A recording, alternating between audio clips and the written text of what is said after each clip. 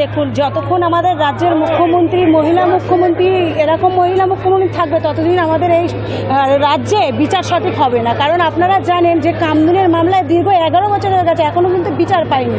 এবং প্রত্যেকটা ধর্ষণের মামলাকে উনি যেভাবে তথ্য প্রমাণ লুট করার চেষ্টা করেন সেখানে বিচার কতটুকু পাবো আমরা জানি না। কারণ এই বিনীত গোয়েলের দিয়ে যেভাবে কামদুনির মামলা তথ্য প্রমাণ লুট করেছিল তার ভিত্তিতে কিন্তু দোষীরা আজকে বেকসুর খালাস হয়ে গেছে। এবং এই বিনীত গোয়েলই কিন্তু আরজিকর মামলারও তদন্ত করেছেন এবং দেখেছি যেভাবে ওখানে তথ্য প্রমাণ লুট হয়েছে, জানি না আমরা কতটুকু সঠিক বিচার পাবো। আমরা চাই তো সঠিক বিচার হোক এবং যে নির্যাতিতা আজকে আমাদের ছেড়ে চলে গেছে সে যেন সঠিক বিচার পায়, তার আত্মাটুকু যেন শান্তি পায়, এটাই আমাদের দাবি। কারণ দেখুন, অবশ্যই সেই জায়গা থেকে আন্দোলনে আসা, কারণ আমাদের শুধু একটা জায়গা না, কামদুনি বা আরজিকর থেমে থাকেনি, এর পরেও দীর্ঘ জায়গায় আছে যে ধর্ষণের মতো ঘটনা ঘটেছে। সেখানে আমাদের রাজ্যের মুখ্যমন্ত্রী কখনো ছোট ঘটনা বা কখনো প্রেমের ঘটনা এরকমভাবে আক্ষেপ করেছে। সেই জায়গায় দাঁড়িয়ে আজকের বিচার প্রক্রিয়া কোথায় গিয়ে দাঁড়াচ্ছে সেটাই তো আমরা ভেবে পাচ্ছি না।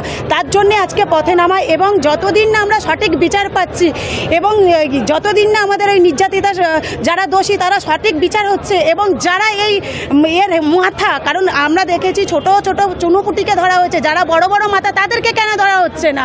তাদেরকে ধরা হোক। আজকে স্বাস্থ্যের মন্ত্রী, আজকে স্বাস্থ্যের ভিতরে একটা ঘটনা ঘটেছে, স্বাস্থ্যমন্ত্রী কি কিচ্ছু জানতো না?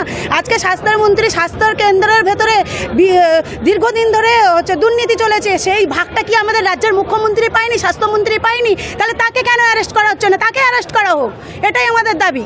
এই জায়গা থেকে আশঙ্কিত যে এই যে কামদুনির মামলা বললেন যে 11 বছর কেটে গিয়েছে, আজকের জুনিয়র ডাক্তাররাও বলছেন যে আন্দোলন প্রক্রিয়া বিলম্বিত হচ্ছে, কি বলবেন? আপনার কি আশঙ্কা রয়েছে?